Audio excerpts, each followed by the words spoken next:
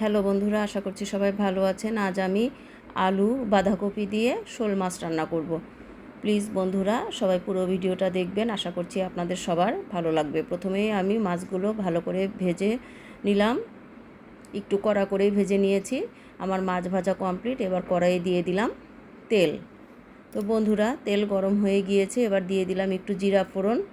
এবার দিয়ে দিব আলু আর পেঁয়াজ।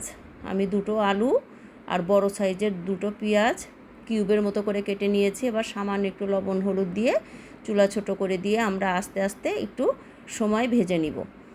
এবার আমরা দিয়ে দিব পাতাকপি। তো বন্ধুরা, পাতাকপি দিয়ে বিভিন্ন রকমের রেসিপি এর আগে আমি রান্না করেছি, আজ আমি মাছ দিয়ে রান্না করছি। এবার সামান্য একটু লবণ হলুদ দিয়ে ঢাকা দিয়ে দিয়ে আমরা আলু পেঁয়াজ পাতাকপি সব একসাথে কিছুক্ষণ সময় ভেজে নিব।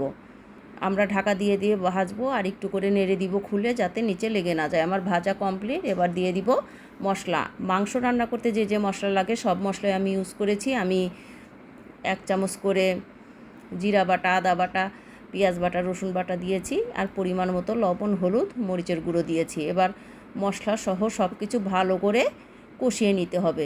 যত বেশিক্ষণ সময় নিয়ে কষাবো তত বেশি মজা হবে। আমার কষানো কমপ্লিট। এবার দিয়ে দিলাম একটু জল। এবার আমরা মাছগুলো দিয়ে দিব, সাথে দিয়ে দিলাম 2-3টা কাঁচামরিচ।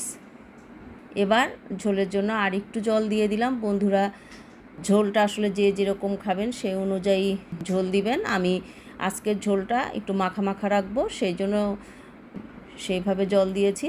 এবার নামানোর আগে দিয়ে দিলাম গরম মশলার গুঁড়ো। তো বন্ধুরা, আজকের মতো রান্না কমপ্লিট। আপনারা যদি কখনো এইভাবে না খেয়ে থাকেন, অবশ্যই একদিন রান্না করে খেয়ে দেখবেন। আশা করছি পরিবারের সবাই পছন্দ করবে, খেতে একদম অসাধারণ।